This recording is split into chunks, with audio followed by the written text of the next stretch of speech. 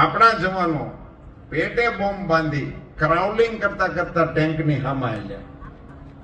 એટલે ક્રાઉલિંગ કરતા જતા હતા એટલે એના વિડીયોમાં નો આવ્યા અને ટેન્ક એની ઉપરથી હાલી. એ ટેન્કની નીચે ચકદાણા, એ નીચે ચકદાણા, નીચેથી બોમ્બ ફૂટ્યો.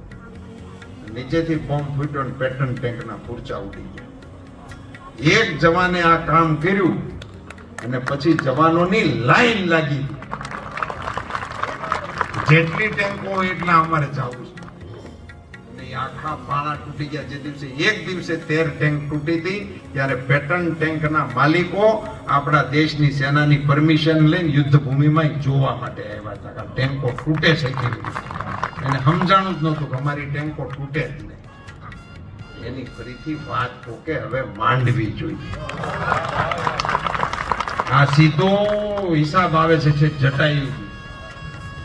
અમે ઉભા છીએ તો ન થાય, એ તો મર્યા જ ને. હવે એના નામ કોઈ નથી જાણતા.